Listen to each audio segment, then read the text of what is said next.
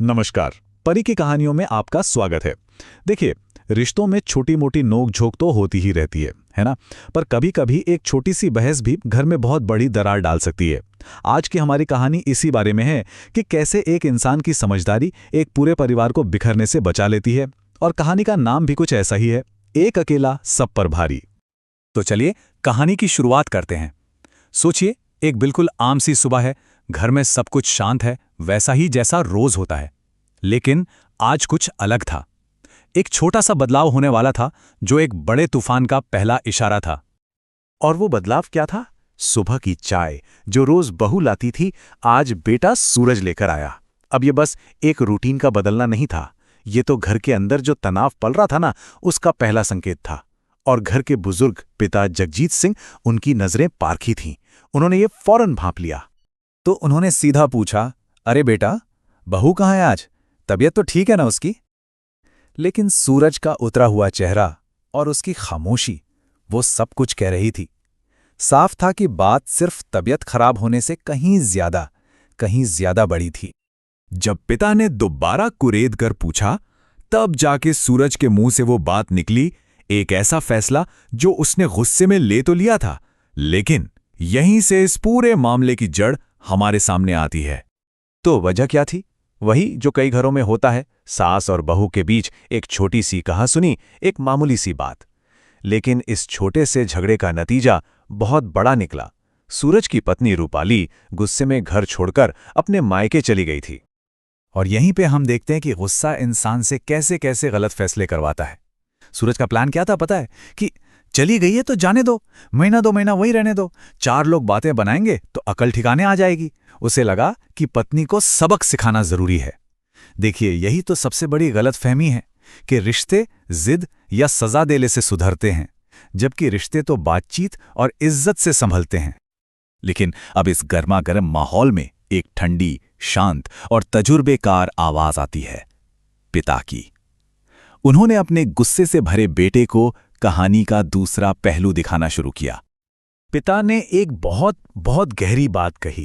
उन्होंने कहा, बेटा, अगर 10 लोग उसको ताना मारेंगे ना, तो 10 लोग तेरी तरफ भी उंगली उठाएंगे। दुनिया में समझाने वाले कम और भड़काने वाले ज्यादा मिलते हैं। मतलब बिल्कुल साफ था कि इज्जत सिर्फ बहू की नहीं, बल्कि बेटे की, पूरे परिवार की दांव पर लगी थी। और बाहर वाले लोग, वो तो आग में घी डालने का ही काम करते हैं, बुझाने का नहीं। और फिर उन्होंने रिश्ते का सबसे बड़ा सबक समझाया। उन्होंने कहा, बेटा, ये रिश्ते एक तरफा नहीं चलते।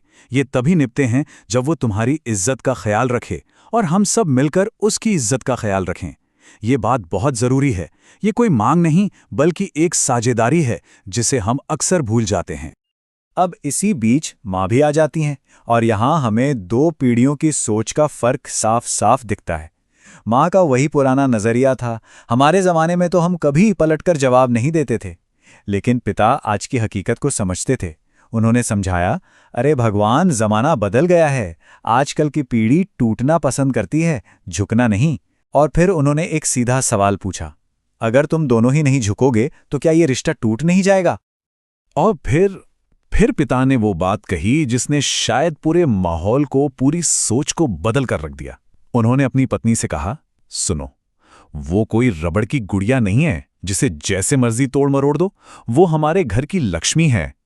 उसकी बेइज्जती हमारी बेइज्जती है।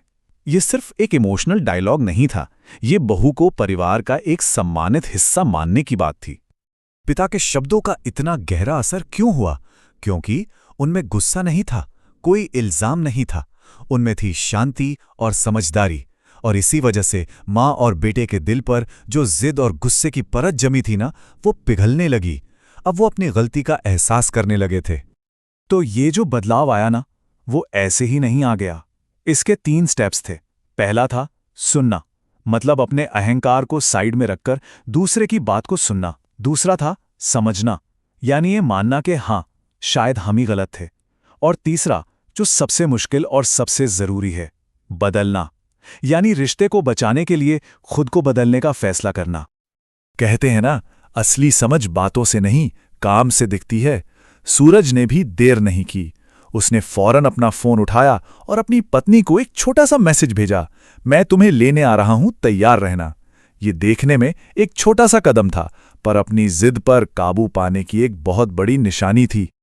और कमाल की बात यह है कि सूरज ने जवाब का इंतजार तक नहीं किया, वो बस निकल पड़ा।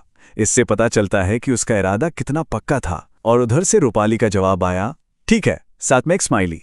ये छोटा सा जवाब बता रहा था कि रिश्ते को बचाने की चाहत दोनों तरफ थी, बस एक सही पहल की देर थी। और इस तरह आखिर में जीत ना तो गुस्से की हुई, ना ही अहंकार की। जीत हुई समझदारी की। बस एक इंसान के शांत मन और सही बात ने एक परिवार को बिखरने से बचा लिया।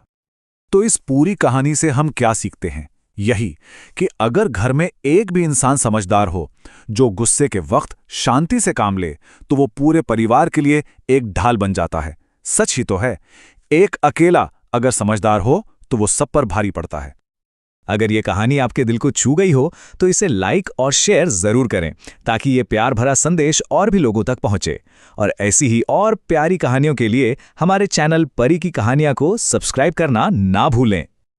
और जाते जाते एक सवाल छोड़कर जा रहा हूं, जरा सोचिए, हमारे अपने रिश्तों में जब कभी कोई तूफान आता है तो वो समझदारी भरी आवाज कौन बनता है? और अगर कोई नहीं बनता तो क्या हम वो आवाज बन सकते हैं? इस पर विचार जरूर कीजिएगा।